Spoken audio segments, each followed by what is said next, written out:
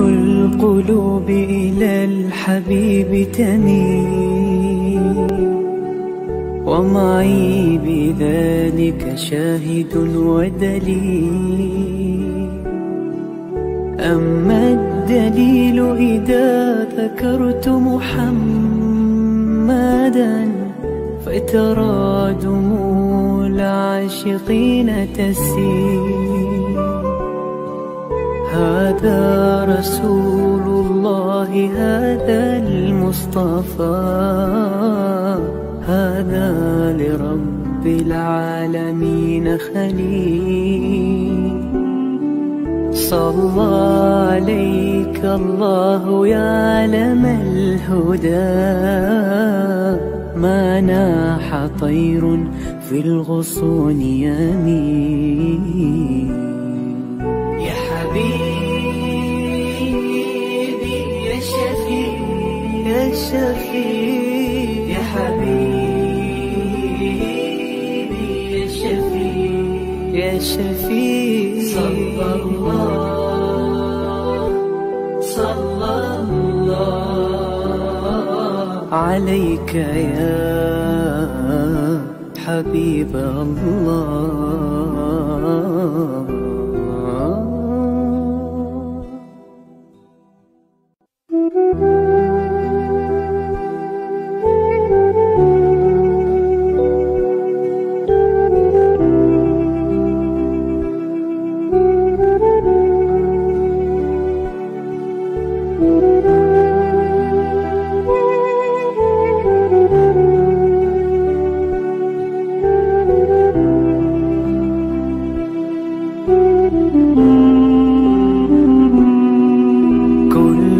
القلوب إلى الحبيب تميل، ومعي بذلك شاهد ودليل. أما الدليل إذا ذكرت محمدا فترى دموع العاشقين تسيل.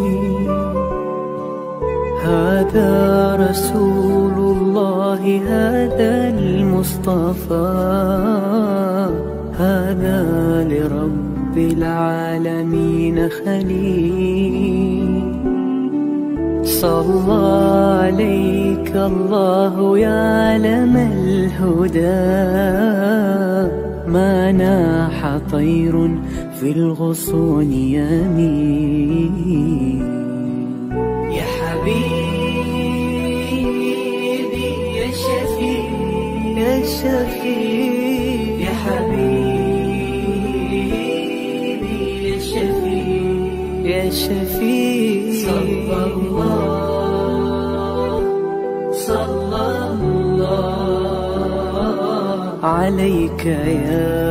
Yayasan Sabah sedang mengusahakan pembinaan Komplek Anjung Suluk Khatimah yang dipaparkan dalam skrin sekarang ini. Yang kedua ialah tentang buku yang saya tulis, ada 3 serangkai buku yang boleh didapati sekarang. Dan yang ketiga ialah FMCC atau First Move Childcare Center, iaitu sebuah taska yang mengambil pelajar-pelajar atau anak-anak dari umur 2 bulan sampai 4 tahun. Yang ketiga ialah Telegram, di mana saya minta teman-teman para penonton menghimpunkan seluruh tenaga yang ada, pemikiran yang ada untuk kita mendaulatkan Islam, insya-Allah. Tuan-tuan, seluruhnya ini kalaupun ada imbuhannya, semuanya kita masukkan dalam tabung Anjung Suluk Khatimah. Minta tuan-tuan dan puan menderma, minta tuan-tuan menginfak, minta tuan-tuan melakukan apa saja bagi kita merealisasikan program Komplek Anjung Suluk Khatimah.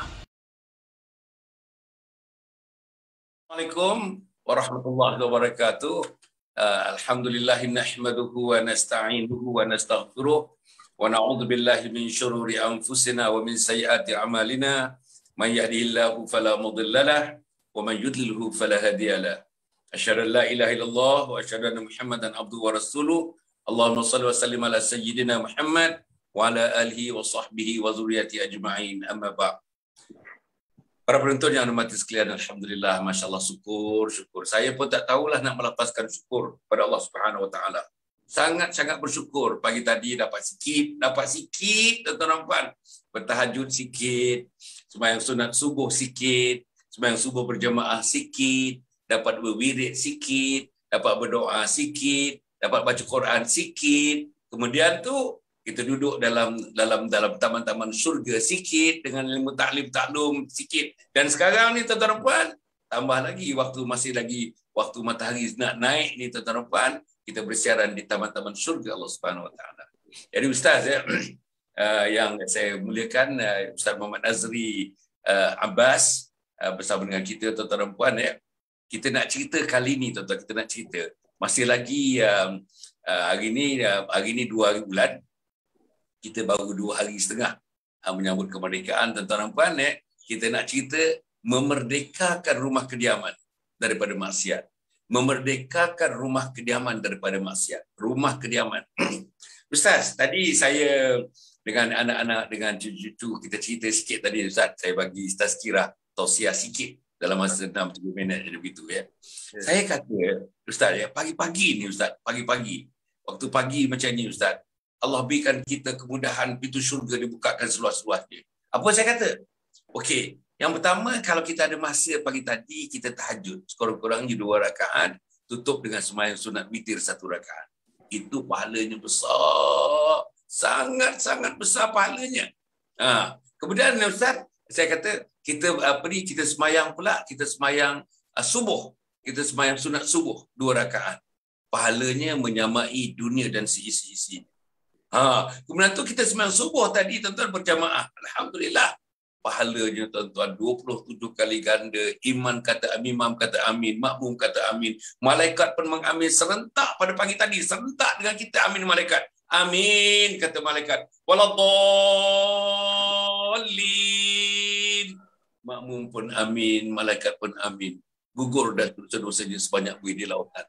Masya Allah. Pecah buih di lautan. Kemudian tuan-tuan habis tadi kita wirid. Wirid tuan-tuan, apa dia? Pagi-pagi dah sebut. Subhanallah, Alhamdulillah, Allahu Akbar. Subhanallah. Berapa banyak pahala subhanallah. Berapa banyak pahala Alhamdulillah. Banyak pahala Allahu Akbar. Lepas tu doa pula tuan-tuan. Lepas doa tuan-tuan, ada lagi duduk tadi kami tuan-tuan, bukalah baca 1-2 hadis. Buka 1-2 hadis kita baca tadi. Dan bayang tuan-tuan, berapa banyak kita duduk dalam taman-taman syurga pada pagi tadi. Macam mana tuan-tuan, mulut kita buka menyebut kebesaran Allah. Mulut kita buka menyebut Nabi Muhammad SAW dalam majlis ta'lim wa ta'lum yang kita buat. Sebentar ada tuan-tuan. Ta'lim saya tadi tak lebih daripada 6 minit. 6 minit gitu saja. Dan saya bagi tausiah sikit dalam 3-4 minit begitu tuan-tuan. Lepas tu sekarang ni, kita duduk pula dalam majlis betul-betul real. This is the garden of Jannah. Inilah taman-taman syurga Allah Subhanahu Wa Taala. Apa yang saya nak sebutkan Ustaz, ini rumah kediaman kita. Kalau kita dapat buat, saya tak mengatakan saya dah buat, dah elok. Tidak. Sama sekali tidak, tuan-tuan dan puan. Saya cuba. Dan memanjangkan kalimat-kalimat ini kepada para penonton Jemaah Sembilan agar insya-Allah tuan-tuan buat lebih baik daripada saya buat. Saya yakin sebab tuan-tuan lebih muda daripada saya, tuan-tuan lebih berilmu daripada saya, tuan-tuan lebih banyak baca Quran daripada saya, tuan-tuan lebih banyak baca hadis daripada saya, tuan-tuan lebih banyak berjuang daripada saya. Saya yakin ruang itu terbuka lebih luas dibandingkan dengan saya yang dahulu yang ini tuan-tuan. Insya-Allah. Okey Ustaz. Tuan-tuan bersama kita Al-Fadhil Ustaz Muhammad Nazri Abbas, tuan-tuan yang bersama kita membincangkan tajuk pada pagi ini, memerdekakan rumah kediaman daripada maksiat. Ustaz, apa agaknya mukadimah yang paling cantik untuk dikemukakan kepada para penonton di pagi-pagi pukul 7 yang mulia ni? Sila Ustaz. Assalamualaikum warahmatullahi wabarakatuh. Alhamdulillah Rabbil Alamin wa salatu wassalamu ala ashrafil anbiya wal mursalin wa ala alihi wa sahbihi ajma'in. Rabbi syrah li sadri wa yassir li amri wa hlul 'uqdatan min lisani yafqahu qawli, amma ba'd.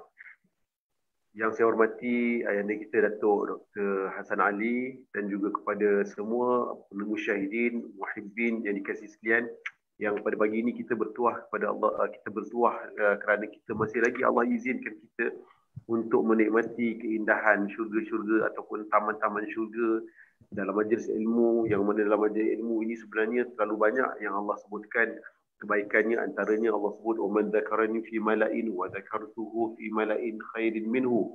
Sesiapa yang menyebut namaku di khalayak ramai, tentunya akan aku sebut namanya, memujinya di kalangan makhluk yang lebih baik hebat daripada mereka. Dan pada pagi ini kita akan banyak cerita tentang kehebatan, kebesaran Allah Subhanahu Wa Taala, kehebatan dan kemuliaan baginda Rasulullah SAW untuk kita menyuntik kita punya semangat lagi supaya kita maju ke depan sebagai hamba Allah ataupun umat Muhammad SAW yang sentiasa termotivasi untuk setiap hari menjadi orang yang paling baik.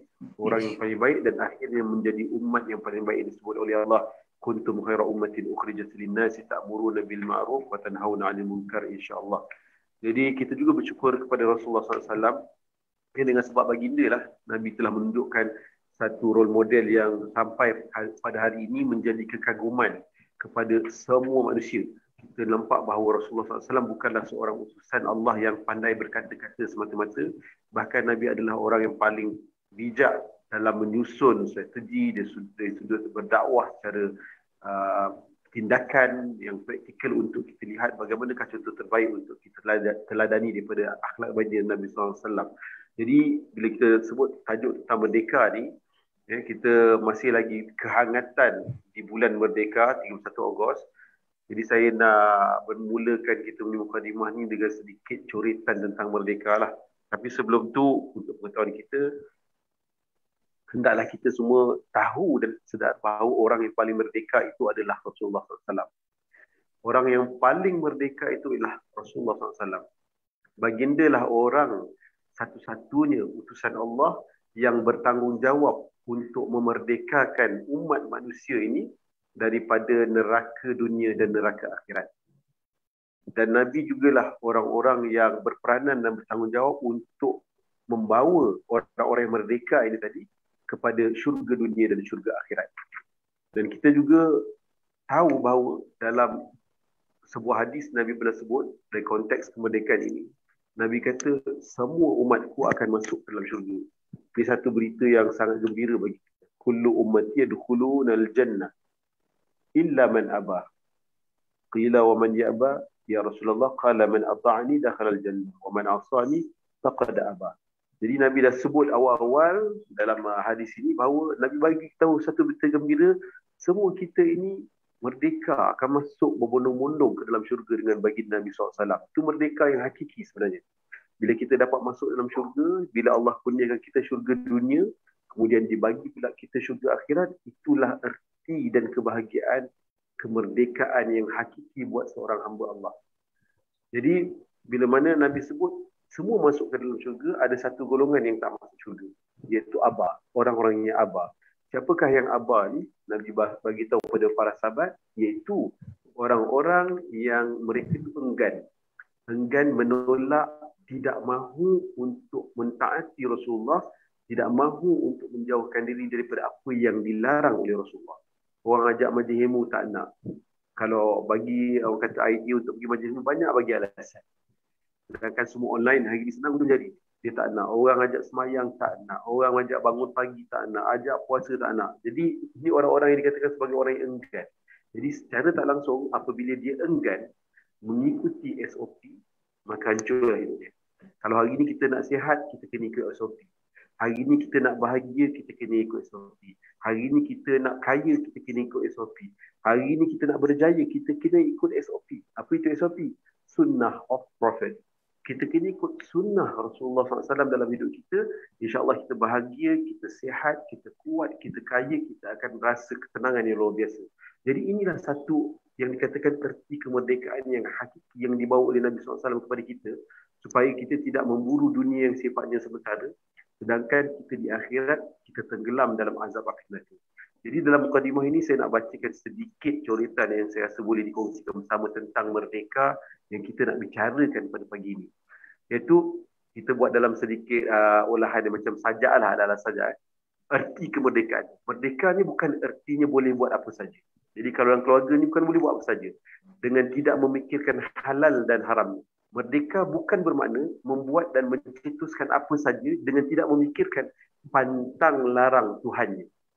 Merdeka bukan ertinya boleh melakukan apa saja yang dikehendaki oleh nafsu. Membuat dan mencetuskan apa saja tanpa batas dan bebas melanggar syariat Tuhan. Merdeka bebas dari penjajah, tapi tidak bebas di dalam semua hal dengan Tuhannya. Tiadanya penjajah, kita bebas memilih identiti kita sendiri. Kita bebas merujuk kepada Tuhan. Kita bebas memilih cari hidup sunnah Nabi. Kalau membuat apa saja, artinya manusia telah hilang kemanusiaannya. Nafsu telah bermaharajalela. Syariatnya telah menjadi kawan. Apa yang akan terjadi kepada dunia ini kalau manusia berperangai begitu? Jadi maknanya dalam konteks kemerdekaan ini, kita bukan hore boleh buat apa saja. Kita boleh buat apa yang dikendaki oleh idea otak kita dan juga nafsu kita. Tidak. Kita sebenarnya merdeka untuk melakukan apa saja perintah Allah dan melarang diri kita daripada melakukan apa yang dilarang oleh Allah. Itu merdeka. Maknanya kemerdekaan kita ini diikat oleh syariat Tuhan. Kemerdekaan ini diikat dengan kehendak kita kepada redha Allah. Jadi insya-Allah kalau sekiranya ini dapat kita fahami, kita akan dapat membentuk sebuah keluarga yang merdeka daripada melakukan maksiat. Kalaulah ibu dan ayahnya sudah awal-awal menanamkan pemikiran jiwa sebegini, nak membebaskan anak-anaknya daripada api neraka, daripada muka Allah, insya-Allah kita bukan setakat bebas daripada penjajah, tapi bebas akal fikiran kita, bebas jiwa kita, bebas roh kita, bebas nafsu kita, bebas fizikal kita daripada cengkaman hawa nafsu dan juga syaitan yang sentiasa mengajak kita melakukan kemurkaan Allah Subhanahu Wa Taala. Jadi inilah arti merdeka yang hakiki yang patut kita sama-sama huraikan dalam bentuk tindakan yang seperti mana Allah sebut kepada semua ahli keluarga kita, ku anfusakum wa ahlikum nara. InsyaAllah untuk itu dulu mukaddimah untuk pada pagi ini. Alhamdulillah. Tuan-tuan, apa gistnya, the very summary of what being said out by Ustaz tadi, tuan-tuan, ya. Merdeka, kita jangan ambil perkataan mereka tu bebas. Bebas sekali, persetankan segala-galanya. Aku nak ikut kehendak aku nak ikut nafsu aku nak ikut syahwat aku nak ikut kesukaan aku.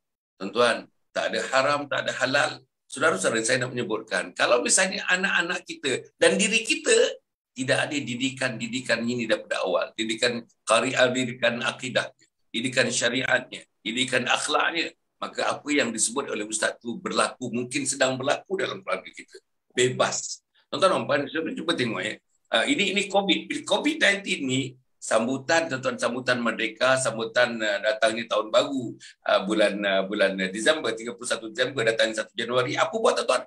Pesta, tuan-tuan, pesta dengan tuan-tuan, baganza-baganzanya tuan-tuan, ibu-ibu negara, ibu-ibu daerah, pejabat-pejabat dan tuan-tuan, pesta. Dan tuan-tuan, yang saya ingat lagi, saya ingat yang bertahun-tahun yang lepas, tuan-tuan, bila saya masa tu saya jadi exco, bila berbincang dengan teman-teman, tuan-tuan, dengan Majlis Perbadaran Petaling Jaya, Majlis Perbadaran Shah Alam, dia kata akibat daripada merdeka ni, dia katanya, dia ni yang mengutip sampah ni, antara yang dikutip ni Ustaz ialah kondom-kondom, Ustaz. Antara yang dikutip ialah kondom-kondom. Saya dengan pasukan, beberapa pasukan, malam-malam itu, tuan-tuan, sebagai exco, kami pergi tengok, tuan-tuan, hotel 2 bintang, hotel 1 bintang, hotel 3 bintang ni. Masya Allah, tuan-tuan. Anak-anak kita, tuan-tuan, anak-anak kita. Tak maaf, siswa-siswi, tuan-tuan. Siswa-siswi. Masya Allah. Menghabiskan malam-malam merdeka, tuan-tuan. Berdua-duaan. Tidur di hotel. Bayar setengah malam dan sebagainya. Hanya untuk tidur bersama, tuan-tuan. Ini yang berlaku. Ini yang merdeka. Kalau misalnya mereka keluar daripada rumah, mereka untuk bercumbu-cumbu, mereka untuk melakukan perbuatan yang kecil itulah takrif merdeka bagi mereka, tuan-tuan. Jadi berapa terpesongnya anak-anak, berapa terpesongnya sebagian daripada kita, betapa terpesongnya kita meraihkan kemerdekaan itu, tuan-tuan. Sebab kerakyaan itu tidak disertakan dengan iman, kerakyaan itu tidak disertakan dengan takwa. Majlis-majlis itu tidak mengingati Allah Subhanahu Wa Taala. Majlis itu tidak mengikuti sunnah Nabi Muhammad sallallahu alaihi wasallam. Ini setiap tahun. Sambutan tahun baru, itulah caranya. Sambutan merdeka, itulah caranya. Sambutan-sambutan yang lain, itulah caranya. Sambutan-sambutan kemenangan, itulah caranya. Kalau kita mengadakan SEA Games, itulah caranya. Southeast Asia Games, itulah caranya. Kalau kita adakan pertemuan-pertemuan, itulah caranya. Tuan-tuan dan puan yang saya sebutkan, kita nak cerita ni kediaman. Ustaz, kita nak cerita rumah kediaman kita dimerdekakan daripada maksiat. Cuba kita tengok, tuan-tuan. Kita tengok barang-barang dulu, Ustaz. Barang-barang dalam rumah ni barang-barang yang ada unsur-unsur maksiat ataupun gejala-gejala yang dalam rumah kita. Segi bahan, kita ambil artifact, Ustaz. Artifact. What are the artifacts? Benda-benda yang kita nampak dalam rumah kita. Gambar-gambarnya, hiasan-hiasannya dan sebagainya. Buka pula peti ais, apa yang kita dapat dalam peti ais. Pergi dapur kita dapat, ruang tamu kita dapat. Pergi pula bilik anak-anak kita, tuan-tuan dapat. Sama ada anak lelaki, anak perempuan. Anak remaja lelaki, anak remaja perempuan. Apa ada dalam bilik-bilik mereka? Agaknya Ustaz, kita cerita dulu. Yang ini daripada artifact. Artifact maknanya bahan-bahan, peralatan-peralatan dan benda-benda yang ada dalam rumah kita yang menyebabkan malaikat tak masuk dalam rumah itu. Yang bersemayam dalam rumah itu ialah iblis dan syaitan, sebab malaikat tak akan masuk kalau dalam rumah itu ada unsur-unsur yang masuk dalam haram, yang masuk dalam yang ditegah oleh Allah Subhanahu Wa Taala. Unsur-unsur yang menghala kepada maksiat. Macam mana Ustaz? Sila Ustaz. InsyaAllah tentang persoalan ini pernah saya teringat satu kisah di mana Nabi SAW pernah satu ketika melihat malaikat Jibril AS tak masuk dalam rumah baginda. Ya, sebab Nabi ni boleh tengok malaikat. Dia boleh tengok malaikat, dia nampak malaikat Jibril tak masuk seperti biasa. Tunggu kat luar. Jadi Nabi pun bertanya kepada malaikat kenapa tak masuk. Rupanya dalam rumah Nabi tu menyorok ada anak anjing. Ya, itu cerita anak anjing yang hidup dan anak anjing yang bukanlah mengajak kita kepada benda tak elok. Cuma ialah anjing ni satu makhluk yang membawa najis mughalazah. Jadi bila dia menyorok dan bila Nabi halau, maka barulah malaikat Jibril masuk. Jadi macam Datuk cerita tadi, apa kita punya bahan-bahan yang kat rumah kita ni yang menghalang kebaikan yang Allah nak turunkan kepada kita sehingga terhalang? Apa dia? Sebenarnya kat dalam rumah kita ni Allah suruh kita jadikan tempat untuk turunnya cahaya. Kalau kita tengok, satu, apa barang-barang yang tak patut ada, pertama sekali kita itulah faham bahawa tak perlu ada perkara-perkara yang haram. Perkara-perkara yang haram iaitu kadang-kadang perkara tu bersifat haram, memang tengok benda tu dah haram. Tapi yang kedua ni, dia bukan benda haram. Dia benda harus tapi boleh jadi haram. Apa dia benda haram? Contoh, ada orang di rumah dia walaupun dia orang Islam, tapi ada kasbah, ada tiger kat rumah dalam peti ais. Itu memang dah jelas haram. Allah. Kan? Memang itu pengalaman kita pernah jumpa orang macam tu kan. Kemudian kalau kita kata yang jelas haram, adanya dadah dan sebagainya kat rumah dia, itu memang jelas haram. Tetapi ini kadang-kadang perkara yang kita tak perasan benda tu haram. Contoh, benda tu harus hukumnya tapi boleh jadi haram. Macam TV. Kita ada TV. Kita ada orang kata, orang putih kata apa, TV ni stupid box. Kan? Dia adalah satu kotak yang membawa manusia kepada kebodohan. Dalam TV tu, dia akan membawa kita merantau ke seluruh dunia. Ke semua ceruk-ceruk tempat yang tak boleh kita masuk, ada border, kita boleh masuk. Yang kedua, internet. Kita punya gadget, dia boleh masuk semua apa di hujung jari je kita boleh masuk. Kalau dulu, orang dulu nak melakukan maksiat, susah. Nak kena kayuh basikal, pergi cari spot baik untuk buat maksiat, ataupun nak buat kebaikan bukan senang. Tapi lah ni, zaman ni hanya dalam bilik, hanya dekat ruang tamu, boleh melakukan kemaksiatan dan boleh juga melakukan kebaikan dengan hujung jari. Jadi ini masalah yang kita hadapi bila benda-benda macam ini hukumnya harus, tapi orang menggunakan dengan salah guna sehingga malaikat tak masuk ke dalam rumah kita. Dan apa yang terjadi bila kita dilalaikan dengan perkara yang sangat halus ni. TV dengan gadget ni benda harus yang pada orang ramai, ada orang guna benda baik, ada orang guna benda tak baik. Jadi dalam benda harus ni ramai yang terpelecok dirinya untuk melakukan benda-benda yang akhirnya membawa kepada perkara-perkara yang makruh dan haram. Jadi bila benda tu berlaku, macam mana cahaya Allah nak turun dalam rumah kita? Kita pun jadi malas nak bangun subuh. Kita pun jadi malas nak tahajud. Kita punya baca Quran dah kurang sebab kita banyak baca Facebook dan Instagram. Kita punya kecenderungan nak buka kitab-kitab, buku-buku agama lagi kurang. Sebab mata kita dah penat dan letih menatap skrin gadget dan juga laptop.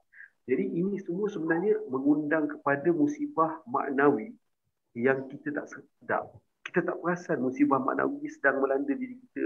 Kita jadi macam lesu, malas. Kita jadi macam tak bermaya, tak bersemangat untuk memerdekakan diri kita supaya kita dapat keluar daripada kepompong kemurkaan Allah SWT. Dalam konteks ini, saya sebenarnya nak bagi kita satu maklumat yang mana Nabi pernah sebut sebagai panduan kepada kita. Rasulullah kata dalam sebuah hadis yang diriwayatkan oleh Abu Hurairah radhiyallahu anhu, sesungguhnya perumpamaan diriku dengan umatku adalah seperti seorang lelaki yang menyalakan api. Ketika itu binatang dan kelkati berjatuhan ke dalamnya. Maka aku mencegah kalian, namun kalian melemparkan diri ke dalam. Ini hadis riwayat Imam Bukhari, yang mana Nabi sebut bahawa Nabi ini sangat-sangat sayang dengan umat dia. Dia memang tak nak langsung umat dia masuk ke dalam neraka. Jadi dia gambarkan bahawa kita ni umpama kelkatu yang suka dekat pada api. Akhirnya kita jatuh dan mati dimakan oleh api. Jadi begitulah kita sebenarnya tak bebas lagi sebenarnya.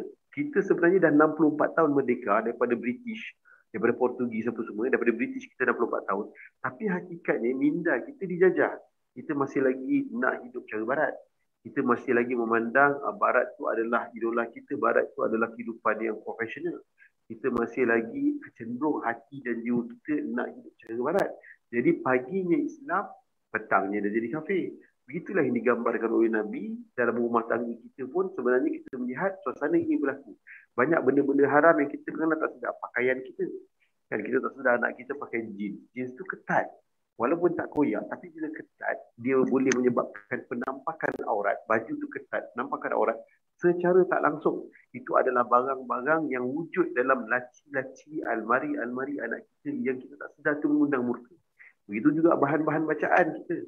Dekat dalam rumah, kita tak sedar ada gambar-gambar, ada dalam bahan-bahan bacaan anak kita yang berunsur benda yang Allah tak suka, bikin lucah dan sebagainya.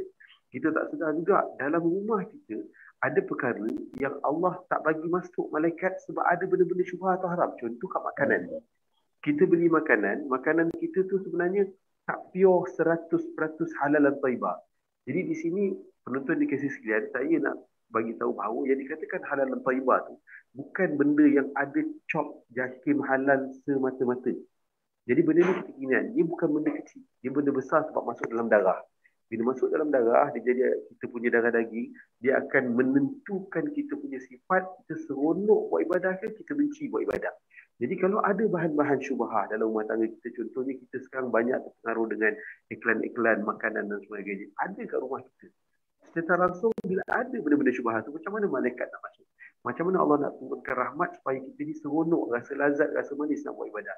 Jadi inilah yang menyekat, mengekang, dan ini semua berpunca daripada awareness di kalangan parents, mak ayah yang dia tidak menjadi seorang yang bertanggungjawab, menjadi seorang leader, nak founder dalam rumah tangga yang peka, yang ada ilmu tentang maklumat-maklumat semua, apa yang perlu buat, apa yang tak perlu buat. Kita sebenarnya tak nak menuding kepada mak bapak yang dia kata mungkin saya tak belajar sekolah agama. Tak. Sebenarnya kalau dia tak belajar sekolah agama sekalipun, itu tak jadi masalah. Tetapi yang penting jangan masuk dalam kategori abah. Abah yang kita sebut pada hadis awal tadi. Orang yang kategori abah ni, dia sebersebia otak dan jiwa dia tak nak. Orang bagi input positif tak nak, dia tolak, dia reject. Jadi akhirnya dia tak sedar. Kalau dia nak buat alasan di depan Allah tak belajar sekolah agama, itu pun Allah tolak. Sebab dia dah diberi ruang untuk fitrah dia menerima kebaikan. Jadi itulah Datuk tentang, saya cubalah menjawab soalan Datuk untuk yang sesi kedua ni.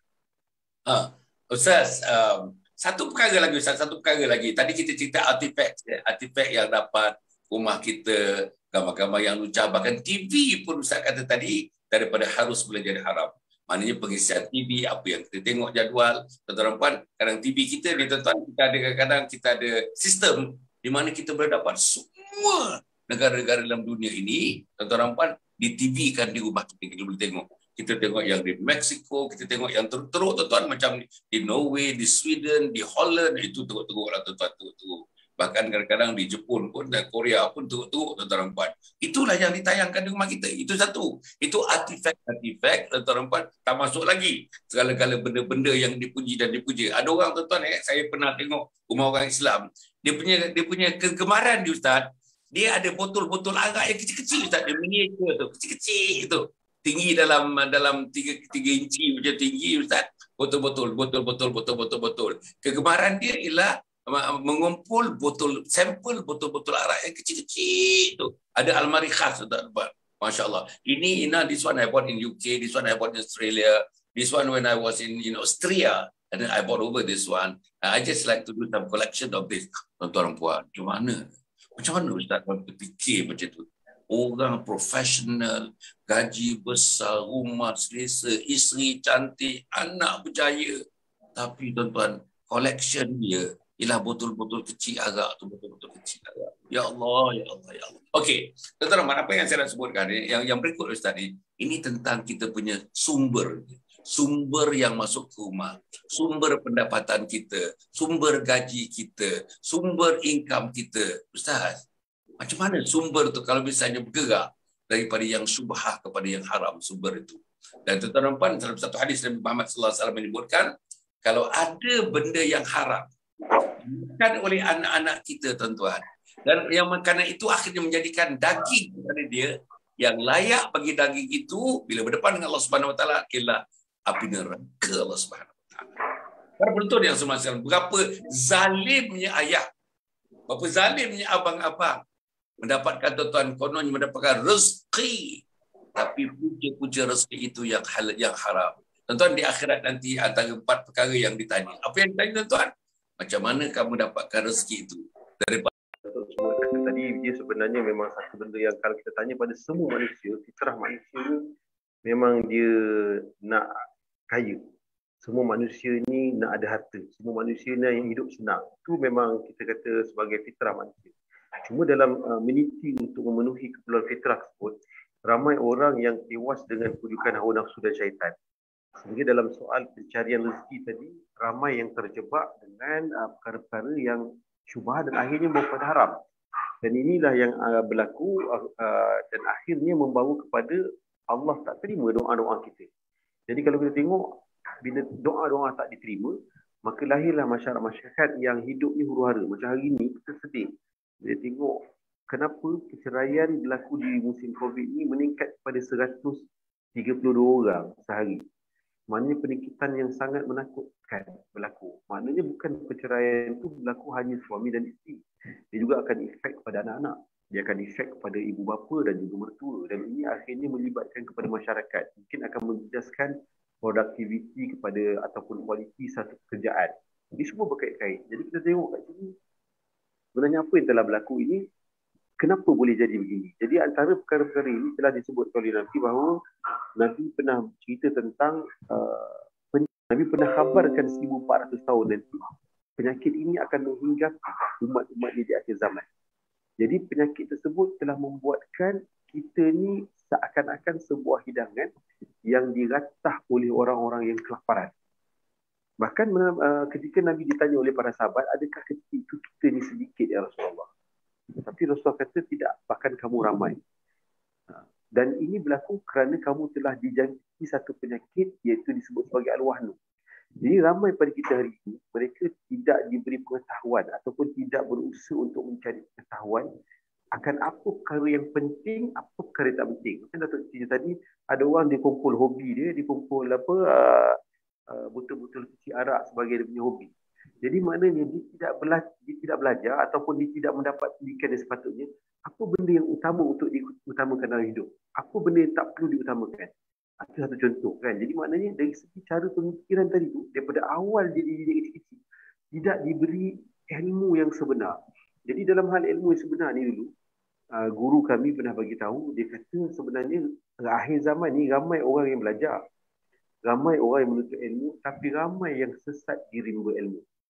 Ramai orang yang belajar, ramai orang menuntut ilmu sebab dia nak pandai, makin jauh dengan Tuhan. Sebab ilmu yang dituntut tadi dah bersifat, kalau ibarat air itu dipanggil air mutanajis. Ilmu tadi tidak bersifat mutlak.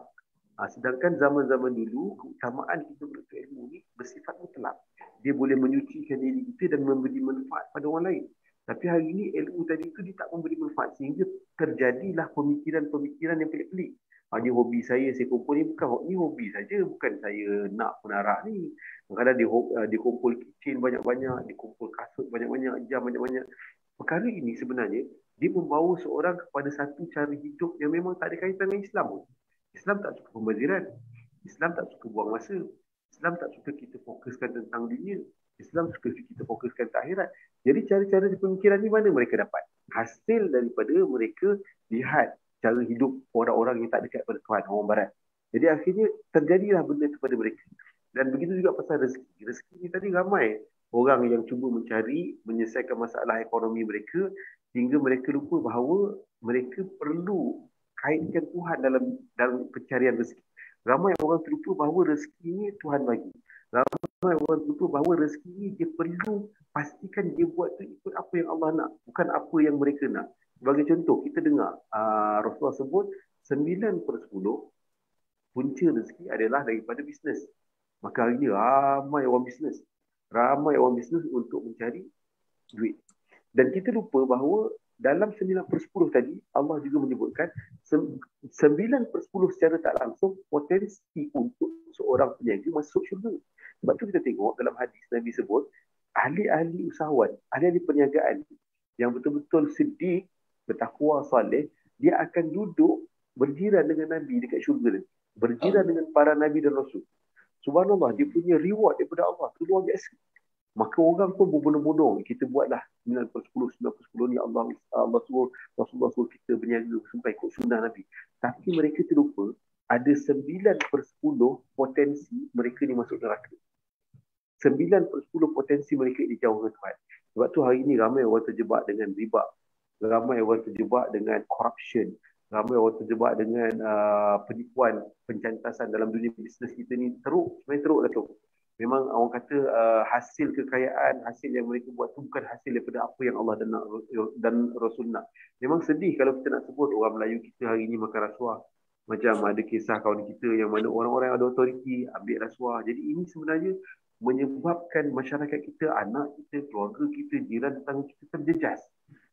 Dan inilah akhirnya menyebabkan kita tak merdeka. Kita nak buat tak boleh sebab kita dah disekat dengan rezeki-rezeki haram yang berlaku dalam rumah tangga kita. Wallahu a'lam bishawab. Allahu Akbar. Tuan-tuan, itulah bahananya tuan-tuan. Agaknya dalam kita masih lagi di hujung bulan Muharram ni tuan-tuan. Di awal bulan pertama tahun 1443 Hijriah ni, kita harap tuan-tuan, kita harap mulakan satu era baru, satu cara baru, membentuk keluarga baru, rumah lama tuan-tuan, rumah lama. Cat baru datang pagi, tapi cat baru, hiasan baru bagus tuan-tuan. Tapi catlah dengan cat iman. Hiaskanlah dengan hias iman. Hiaskanlah dengan hias takwa. Tuan-tuan, adalah tempat-tempat sembayangnya, adalah ruang-ruang sembayangnya, adalah artifak-artifak yang menunjukkan kita menyembah Allah Subhanahu Wa Taala-nya. Macam mana kita rondingkan dengan anak isteri. Macam mana Muharram ni, bulan Muharram ni sebagai permulaan, kita nak reconstruct balik, refocus balik, realign balik tuan-tuan keluarga kita, supaya keluarga kita ni menepati kehendak Allah, menepati kehendak Nabi Muhammad SAW. Keluarga yang beriman, keluarga yang bertakwa. Tak ada jalan lain tuan-tuan. Tak ada jalan lain. Ustaz, saya nak sebut tadi tidak ada jalan lain ni Ustaz. Ambil persekitaran. Ini persekitaran ni. Rumah kita ni dekat dengan masjid. Rumah kita dekat dengan surau. Di Malaysia ni tuan-tuan, tidak macam negeri-negeri yang lain. Di Malaysia ni, satu masjid biasanya di bawah masjid, pentadbiran masjid tu ada 8 surau, ada 4 surau, ada 10 surau. Dan pernah saya tengok satu masjid mentadbirkan tuan-tuan di bawahnya lebih kurang 12 ke 15 surau. Banyak surau. Tuan-tuan, 1 kilometer surau, setengah kilometer surau di antara kita. Jadi dengan sendirinya rumah kita ni tuan-tuan within walking distance to the masjid and to the surau. Tapi Ustaz, okey, rumah-rumah, masjid-masjid, surau-surau. Tiga identiti yang berbeza. Kan eloknya Ustaz, zaman Nabi Muhammad SAW macam mana tuan-tuan nampak? Rumah dengan masjid, rumah dengan masjid, masjid dengan rumah. Rumah dengan jihad, jihad dengan masjid, masjid dengan rumah. Rumah dengan masjid, masjid dengan jihad, jihad dengan rumah. Jadi itu Nabi Muhammad SAW tunjukkan kepada kita. Jadi macam mana rumah kita tuan-tuan? Rumah kita berjiran dengan masjid. Tetapi orangnya tak pernah nampak dekat masjid. Rumah kita ada 3 orang anak-anak muda, anak laki-laki tuan-tuan, yang muda laki-laki. Umur dalam 15 tahun sampailah umur 23 tahun belum kahwin, duduk di rumah lagi. Tapi tak nampak muka dia di masjid, tak nampak muka dia di surau. Anak-anak kita tuan-tuan, rumah kita juga tuan-tuan, mengeluarkan anak-anak, mengeluarkan suami daripada rumah kita tuan-tuan dalam masjid, sama ada yang bukan masa Covid ni tuan-tuan, ada kuliah subuh, ada kuliah maghrib, ada kuliah duha, ada kuliah berbagai-bagai menyambut tahun-tahun peringatan dalam Islam, semuanya. Tapi anak kita tak nampak, ayah kita tak nampak, mak kita tak nampak, abang kita tak nampak. Walaupun kita menjadi jiran kepada masjid itu. Macam mana Ustaz? Rumah kediaman ni jiran kepada rumah Allah Subhanahu Wa Taala, tapi tak nampak tumpahan pengaruh rumah Allah itu mengalir kepada rumah kediaman kita sendiri. Ataupun apa yang ada rumah kediaman kita ni, tuan-tuan dan puan, kita tak bawa persembahkan kepada rumah Allah Subhanahu Wa Taala. Kita pergi kepada rumah Allah Subhanahu Wa Taala. Maknanya hubungan mutually eksklusif antara rumah dengan rumah ibadah yang namanya masjid, yang nama surau dan sebagainya. Jadi terdapat terasing, jauh terasing. Walaupun duduk dekat, tapi tuan-tuan jauh terasing daripada penghuni rumah itu dengan jemaah surau, tuan-tuan, yang surau masjid berdekatan dengan rumah kita. Macam mana, Ustaz? Okey, rumah dengan masjid ni dia macam lebih kurang sama. Okay? Tengok rumah dalam bahasa Arab dipanggil bait. Tapi kalau Masjidil Haram atau Kaabah kita panggil Baitullah. Kita kaitkan sesuatu yang dikaitkan dengan Allah tu sifatnya sangat mulia, sangat agung, besar. Kalau kita tengok, kalau kita tak kaitkan dengan Allah tadi, jadi bait umum, rumah kita lah pun boleh jadi macam tu. Jadi rumah dengan masjid ni dia satu tempat yang orang kata tidak boleh dipisahkan hubungannya dengan tempat sujud. Tak boleh dipisahkan. Maknanya di mana ada rumah tempat tinggal orang-orang yang bersemayang di masjid, di tempat tinggal itu jugalah perlu dijadikan tempat untuk disujud kepada Allah dalam hal-hal yang dibenarkan. Contohnya sembahyang sunat. Sebab tu Nabi SAW kalau kita tengok dalam sembahyang, contohnya sembahyang tarawih, sembahyang tarawih. Nabi buat sembahyang tarawih 8 rakaat bersama para sahabat radhiyallahu alaihim di masjid. Maka baki sembahyang-sembahyang lain ataupun Nabi tambah-tambah sembahyang banyak di rumah. Bahkan Nabi pernah sebut dalam sebuah hadis, Nabi kata jangan biarkan rumah kamu menjadi kubur, gelap, takut, gersang, tak ada sinar cahaya, tak ada sinar iman dalam tu. Jadi penuhkan rumah kamu dengan amal-amal yang boleh dibuat di rumah. Baca Quran, zikir dan sebagainya. Jadi kalau kita tengok kenapa ini terjadi, maksudnya tak ada kaitan orang yang duduk walaupun depan masjid tapi hati tak terdorong nak pergi masjid. Pertama, kita sebut bahawa dalam sebuah hadis Nabi sebut ada 12 kategori manusia yang dia ni mendapat naungan Arash. Antaranya ialah lelaki yang hatinya terikat cinta dengan masjid. Dia seronok dengan masjid. Kalau tak pergi masjid, derita hati dan jiwa.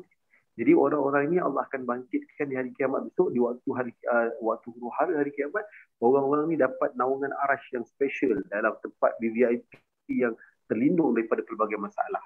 Jadi ini tak ramai. Kemudian kalau kita tengok, yang kedua, poin yang kedua saya nak sebut yang kaitan soalan tadi ialah masjid yang pertama dibina atas dasar takwa adalah Masjid Quba.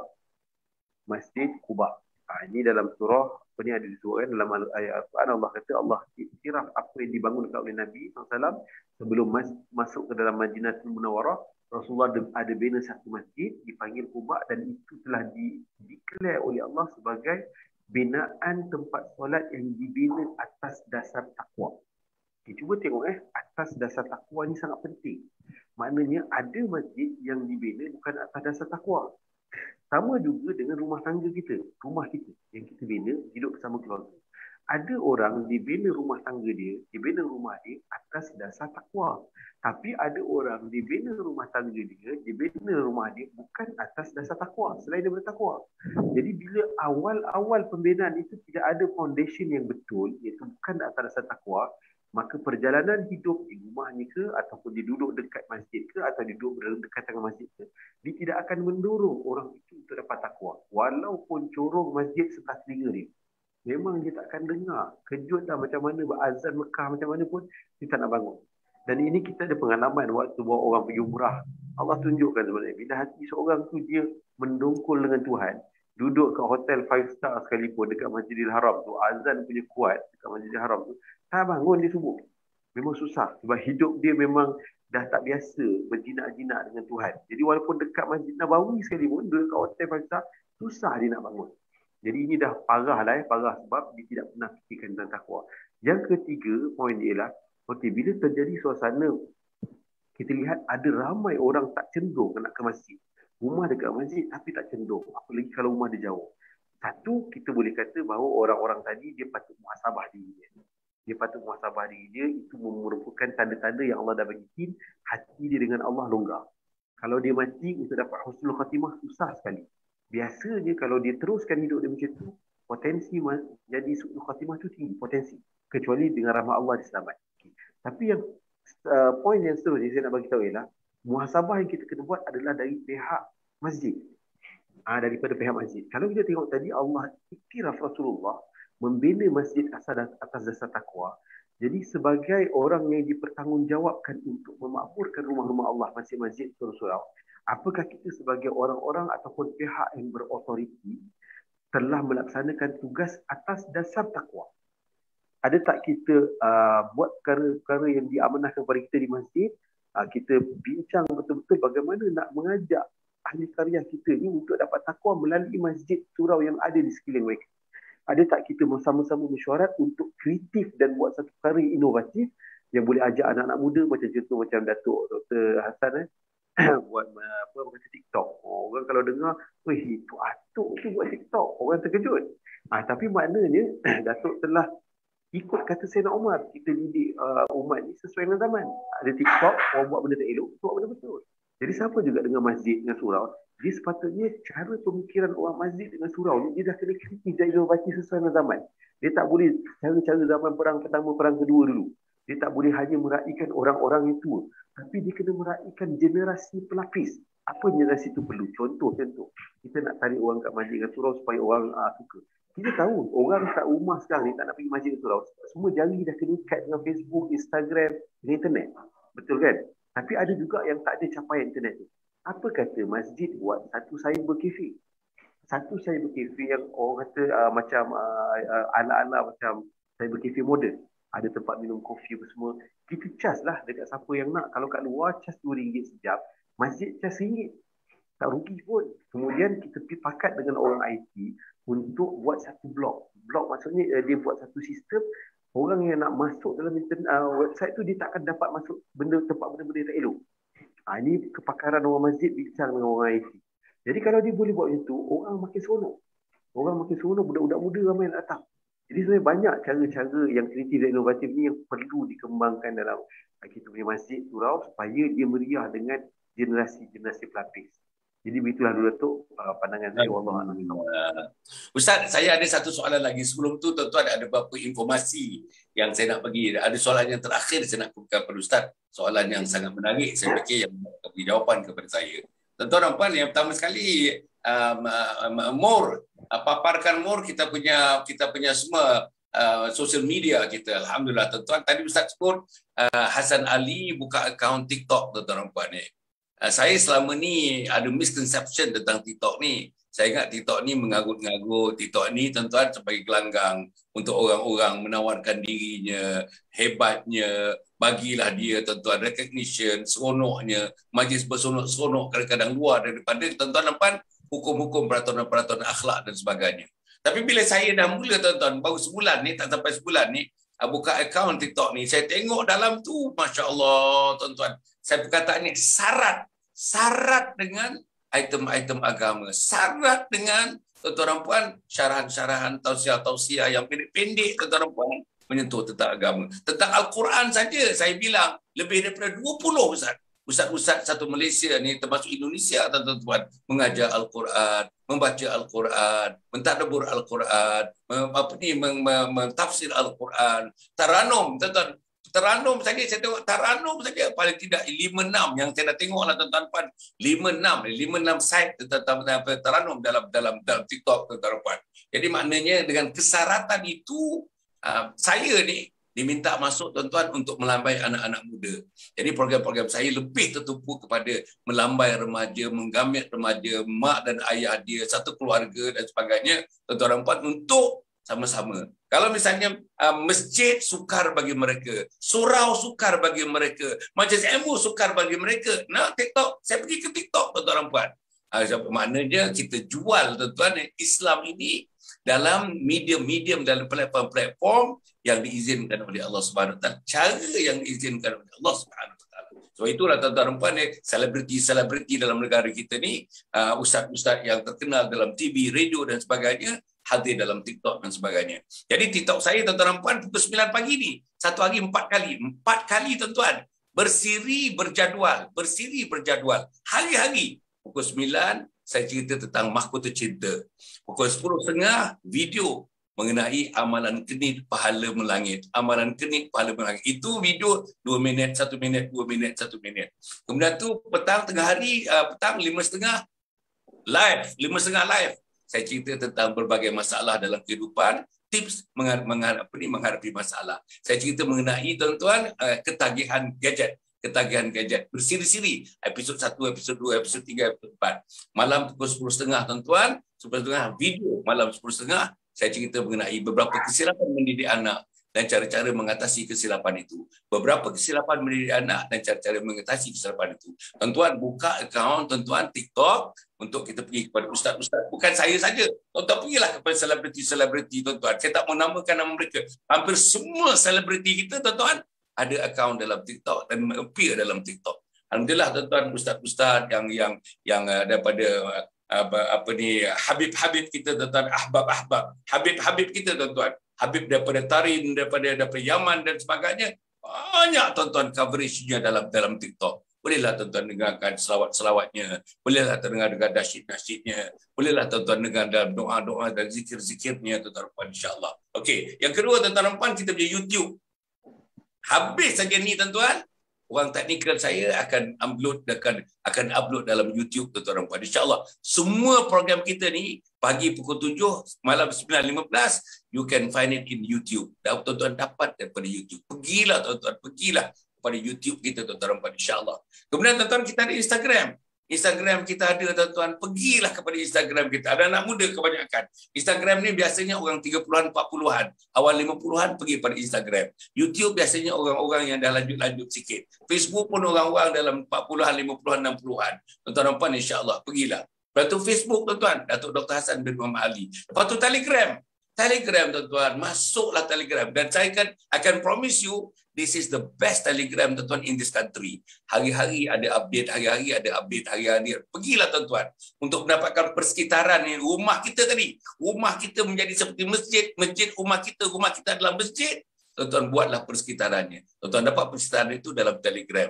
Dan tuan-tuan insya-Allah yang TikTok saya sebutkan tadi tuan-tuan dan begitu juga dalam Twitter. Kita ada Twitter. Hampir semua tuan-tuan. Twitter kita ada, YouTube kita ada, Facebook kita ada, Instagram kita ada, Telegram kita ada, TikTok kita ada. Pasal saya nak masuk ke semuanya itu tuan-tuan bagi kita melihat di mana segmen-segmen population, segmen-segmen umur dan sebagainya. Kita nak masuk, inilah dakwah tuan-tuan. Kita nak menggunakan tuan-tuan 2 malam yang lepas, ini cerita tentang macam mana nak rumah kita nak merdekakan daripada maksiat.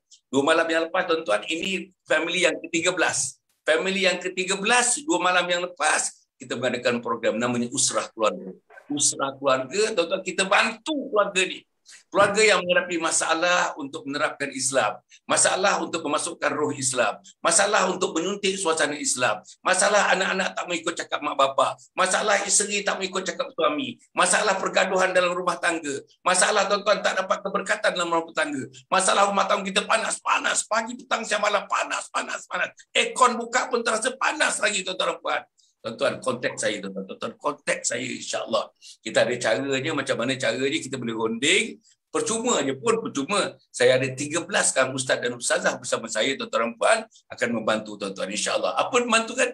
Menyalakan tuan-tuan sumbu-sumbu Islam dalam rumah kita. Apa tuan-tuan? Menerangkan Islam dalam rumah tangga. Apalagi menciptakan persekitaran Islam dalam rumah tangga. Apalagi membentuk anak-anak yang saleh, Apalagi membentuk suami isteri yang saleh dan salihah tuan-tuan. Masya-Allah tuan-tuan. Kita buat tuan-tuan. Ini family yang ke-13.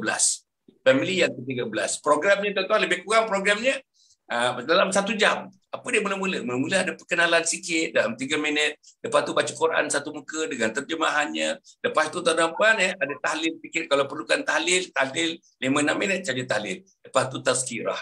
Saya atau teman-teman yang ustaz-ustaz yang ada ni unit dakwah dalam Yayasan Sabah tazkirah. Tazkirah betul-betul menyentuh soal pokok tuan-tuan.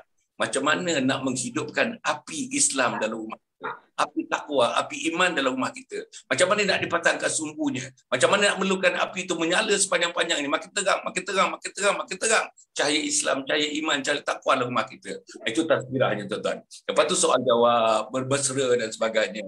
Lepas tu yang terakhir kita bagi itu agenda for action. Apa nak dibuat. Begitulah tuan-tuan dan puan. Ini family yang ke-13. Saya terbuka kepada tuan-tuan dan puan. Tuan-tuan memerlukannya, kontak saya.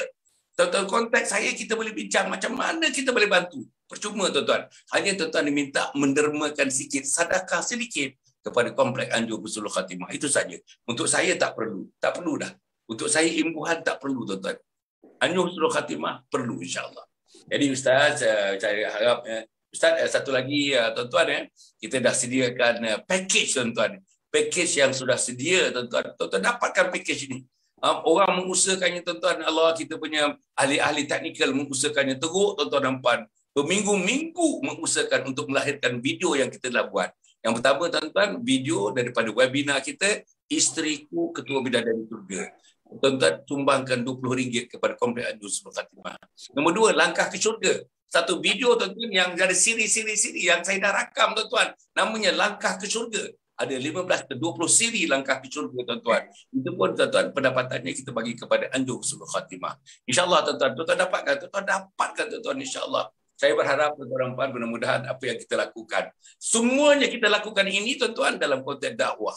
Mendakwahkan agama Allah Subhanahu Wa Taala. Bukan hal pribadi, bukan keseronokan pribadi, bukan tentang satisfaction pribadi, tapi kita nak dapat redha Allah, kesayangan Allah, kasih Allah, berkat dalam usaha kita ini daripada Allah Subhanahu Wa Taala.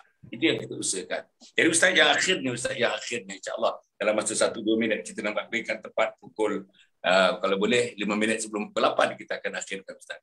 Ustaz yang akhirnya ni. Apa jadi Ustaz? Apa jadi kalau rumah terus dalam maksiat? Apa jadi anak isteri terus bergelumang dengan maksiat oleh kerana suasana rumah, oleh kerana pimpinan dalam rumah pun tuan-tuan tak kisah tentang maksiat atau tidak maksiat. Apa jadi di sisi Allah Subhanahu Wa Taala? Yang tua akan mati, yang muda akan mati, Covid akan mati, tak Covid pun akan mati.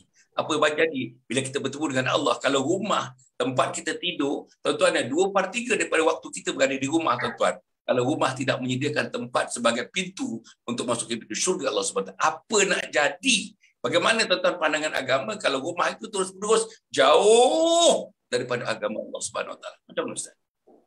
Apa nak jadi? Okey, apa nak jadi? Lagu Ustaz, apa nak lagu? Ada Kilau punya lagu Ustaz, apa nak jadi? Apa nak jadi kan Mak Kilau cakap kan? Okey, apa nak jadi? Jadi kalau kita dalam rumah tangga, kita tak didik anak kita bawa kepada Allah, pada Rasulullah, tak bawa didik pada anak kita pada takwa, dia bukan jadi kita orang lah. Dia ibarat kita simpan anak-anak kita tu, kita menternak lah anak. Kita tak didik dia, kita akan jadi ternak. Dia dua je. Dia, kalau orang tak didik anak dia, maknanya dia menternak. Dia bagi makan, dia bagi makan. Binatang pun bagi makan juga. Bagi minum, binatang pun bagi makan, minum. Dia bagi tempat tinggal, binatang pun ada kandang dia. Dia bagi apa? Entertainment, binatang pun ada entertainment dia. Jadi yang membezakan kita dengan binatang ni ialah kita ni ada akal, kemudian akal dan hati kita ni dibawa kepada Tuhan. Ini sebenarnya sesuai dengan satu firman Allah SWT dalam surah Al-A'raf. Surah Al-A'raf ayat yang ke-179. Allah sebut, وَلَقَدْ دَرَأْنَا لِجَهَنَّمْ كَثِيرًا مِنَ الْجِنِّ وَالْإِنسِ لَهُمْ قُلُوبٌ لَا يَفْقَهُونَ بِهَا وَلَهُمْ أَعْيُنٌ لَا يُبْصِرُونَ بِهَا وَلَهُمْ آذَانٌ لَا يَسْمَعُونَ بِهَا أُولَئِكَ كَالْأَنْعَامِ بَلْ هُمْ أَضَلُّ أُولَئِكَ هُمُ الْغَافِلُونَ. Cuba tengok dalam ayat yang begitu canggih yang Allah dah bagi tahu 1400 tahun yang lalu. Allah sebut dalam sungguhnya kami jadikan untuk neraka Jahannam ni banyak di kalangan jin dan manusia yang mereka punya hati tapi tak mahu memahami. Mereka tak mahu menggunakan hati dia untuk memahami ayat Allah. Mereka punya mata tapi tak mahu melihat bukti kebesaran Allah. Mereka ada telinga tapi tak mahu mendengar dengannya ajaran dan nasihat. Mereka itu seperti binatang ternak. Al-An'am tu binatang ternak. Bahkan mereka lebih sesat lagi. Mereka itulah orang-orang yang ghafilun, lalai. Jadi cuba kita tengok dalam konteks apa nak jadi. Rumah kita, anak kita tak pernah dididik hatinya untuk cenderung dengan Allah. Tak pernah kita nak ajak mereka bertafakur, melihat kebesaran Allah dengan hati mereka. Tak pernah kita ajak anak kita untuk pucuk hati dia menangis akan dosa-dosa yang dilakukan. Tak pernah kita nak ajak anak-anak kita supaya seronok untuk melakukan kebaikan. Jadi hati anak kita ni bila tak dibawa kepada perkara-perkara yang sebegitu, dia akan jadi la yafqahuna biha. ada hati tapi tak boleh guna, tak faham. Kemudian kita tengok kat rumah kita, mata anak-anak kita. Mata anak-anak kita ada mata tapi macam tak ada mata. Banyak tengok TV, benda-benda yang tak bermanfaat. Banyak tengok gadget, benda-benda yang tak bermanfaat. Jadi betul lah di mana Allah sebut, la yubsiruna biha. Mereka ada mata tapi tak nak melihat keesaan Allah. Mata tadi tak diajak oleh ayah dan ibu ni untuk nampak keesaan Allah, untuk nampak kehebatan Rasulullah SAW. Kemudian anak-anak kita pun ada telinga. Tapi telinganya banyak dengar lagu-lagu yang pelik-pelik, lagu-lagu yang merangsang hawa nafsu, lagu-lagu yang melalaikan. Telinga anak-anak kita tidak dihiburkan dengan hiburan sejati. Allah, Quran, selawat dan nasihat-nasihat, kata-kata ulama, kuliah-kuliah ceramah saraf. Tidak dibawa begitu. Mak ayah tidak mendorongkan begitu, tidak setkan dia begitu. Akhirnya Allah sebut dalam Quran tadi, mereka ada telinga tapi tak mahu mendengar ajaran dan nasihat yang baik. Dan akhirnya Allah tutup, kalaulah tiga-tiga perkara tadi kau tak buat kat rumah, biarkan apa nak jadi, jadilah.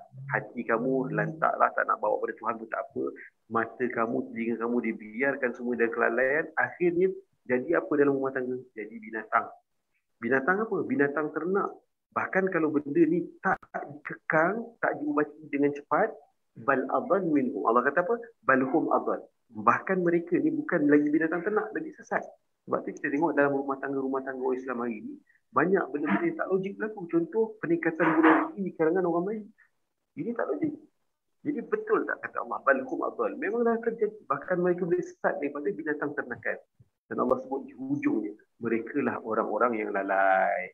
Jadi inilah sebenarnya kategori yang pernah kita sebutkan dalam kuliah kita yang lalu, betapa bahayanya bila kita tak merdekakan diri kita daripada menjadi orang lalai, yang cuai dan abai, dan akhirnya kita dicop oleh Allah SWT, masuk nama kita dalam Al-Quran sebagai binatang ternakan, bahkan lebih sesat daripada itu. Wallahu a'lam bishawab. Ustaz, saya nak ambil para penonton dah, saya nak ambil ujung ni Ustaz kata, ujungnya tuan-tuan. Tuan-tuan redha ke tuan-tuan redha sebagai orang Islam, orang yang dilahirkan sebagai orang Islam, dididik sebagai seorang Islam, tuan-tuan redha atau tidak? Kalau misalnya Allah mengatakan rumah kita ni bukan manusia, tapi menternak manusia. Menternak manusia. Apa artinya tuan-tuan? Lebih kurang minta maaf, saya minta maaf ni tuan-tuan. Kalau kita tidak ada ajar agama, kalau kita tidak taklim dan taklum, kalau tidak ada didikan agama, kalau tidak ada akhlak, kalau tidak ada syariat, kalau tidak ada akidah, kalau tidak ada semuanya rumah tangga kita tuan-tuan, sekali-sekali semayang, sekali-sekali pergi masjid, sekali-sekali semayang Jumaat, sekali-sekali tuan-tuan, sekali-sekali cerita-cerita sikit tentang Nabi, sekali-sekali, banyak kalinya tak pernah cerita tentang itu. Apa jadi tuan-tuan? Allah kata tadi, ulaika kal an'am, mereka seperti binatang ternak, haiwan ternak tuan-tuan. Allah kata, bukan Nabi kata, Allah kata, mereka ulaika kal an'am, mereka seperti binatang ternak. Bahkan teruk lagi, balhum adhal, mereka lebih hina daripada binatang ternak. Ulaika humul ghafilun, mereka termasuk dalam kumpulan orang lalai. Takut atau tak takut? Hasan Ali banyak cakap, dah 35 tahun saya berdakwah, 35 tahun, 40 tahun saya berdakwah tuan-tuan. Takut anak saya, isteri saya, cucu saya masuk dalam kumpulan binatang ternak, haiwan ternak ini. Takut. Jadi sebab itu tuan-tuan, insyaAllah, bukan kita nak membuat budaya takut. No. We do not create a fear culture. No fear culture. Tidak. Tapi dengan kasih sayang, dengan penghormatan, kita memanggil teman-teman. Marilah kita jadikan rumah kita sebagaimana tajuk hari ini, rumah kediaman tuan-tuan, tidak menjadi tempat maksiat. Rumah kediaman menjadi tempat untuk kita beribadah, mendekatkan diri kepada Allah dengan jalin terus dengan masjid, jalin terus dengan surau, dengan jalin terus dengan ustaz-ustaz, dengan orang alim, jalin terus dengan ilmu-ilmu agama, supaya ada persekitaran agama dalam rumah. InsyaAllah rumah cantik, rumah besar, rumah 2 tingkat, rumah 3 tingkat, kereta besar, anak-anak besar, anak dara cantik, anak turunan cantik, supaya kecantikan itu terpancar dalam bentuk ilmu agama, amalan agama dalam rumah itu, insya-Allah tuan-tuan. Cukup setakat itu. Jangan lupa tuan-tuan, pukul 9 ni, pukul 9 TikTok saya tuan-tuan, pukul 9 live, pukul 9 saya cerita tentang mahkota cinta. Kemudian tu selepas pukul 10.30 hari ni juga 10.30 TikTok tuan-tuan, video. Apa videonya? Amalan kenet pahala melangit. Kemudian tu pukul 5.30 petang ni tuan-tuan, kita pagi 5.30. Apa dia tuan-tuan? Masalah-masalah dalam kehidupan, tips menghadapi masalah. saya cerita masalah ketagihan gadget, tuan-tuan dan puan. Malam pukul 10.30, tuan-tuan, video apa dia? Atau beberapa kesilapan mendidik anak dan cara-cara mengatasi kesilapan itu. Jadi tuan-tuan dan puan tengok, tuan-tuan, kita punya media sosial, tuan-tuan tengoklah YouTube kita, Instagram kita, Twitter kita, Facebook kita, Telegram kita, TikTok kita, tuan-tuan. InsyaAllah kita pun sedang berusaha untuk buatkan postcard kita insyaAllah, tuan-tuan, ya, mudah-mudahan untuk memberikan kemudahan kepada kita, kepada tuan-tuan dan puan untuk mengikuti siaran agama. Bukan saya saja, tuan-tuan, ramai yang lain-lainnya. Tuan-tuan tengoklah, tuan-tuan, gunakanlah peluang yang ada, gunakanlah kita punya umur yang ada, gunakanlah kesempatan yang ada, gunakanlah kekuatan yang ada, gunakanlah kesihatan yang ada, gunakanlah masa remaja, masa muda kita yang ada ini untuk kita mengislamkan, mengislamkan, membawa Islam dalam rumah, membawa iman dalam rumah, membawa takwa dalam rumah, insya-Allah. Terima kasih banyak-banyak Ustaz, terima kasih sangat Ustaz. Dan teman-teman ustaz-ustazah yang menjayakan pagi ini dijayakan oleh yang berbahagia Al-Fadhil Ustaz Muhammad Nazri Abbas. Terima kasih kepada beliau dan terima kasih kepada teman-teman semuanya. Kita berjumpa lagi pada minggu depan bersama dengan Ustaz Muhammad Nazri. Masih lagi hari Khamis, tuan-tuan, hari Khamis pagi. Kita berjumpa setiap hari Khamis, kita berjumpa insya-Allah. Tuan-tuan dan puan, aku qouli hadza wa astaghfirullahalazim. Wassalamualaikum warahmatullahi wabarakatuh. Yayasan Sabah sedang mengusahakan pembinaan Komplek Anjung Suluh Khatimah yang dipaparkan dalam skrin sekarang ini. Yang kedua ialah tentang buku yang saya tulis, ada 3 serangkai buku yang boleh didapati sekarang. Dan yang ketiga ialah FMCC atau First Move Childcare Center, iaitu sebuah taska yang mengambil pelajar-pelajar atau anak-anak dari umur 2 bulan sampai 4 tahun. Yang ketiga ialah Telegram, di mana saya minta teman-teman para penonton menghimpunkan seluruh tenaga yang ada, pemikiran yang ada untuk kita mendaulatkan Islam insya-Allah. Tuan-tuan, seluruhnya ini kalaupun ada imbuhannya, semuanya kita masukkan dalam tabung Anjung Suluh Khatimah. Minta tuan-tuan dan puan menderma, minta tuan-tuan menginfak, minta tuan-tuan melakukan apa saja bagi kita merealisasikan program Komplek Anjung Suluh Khatimah.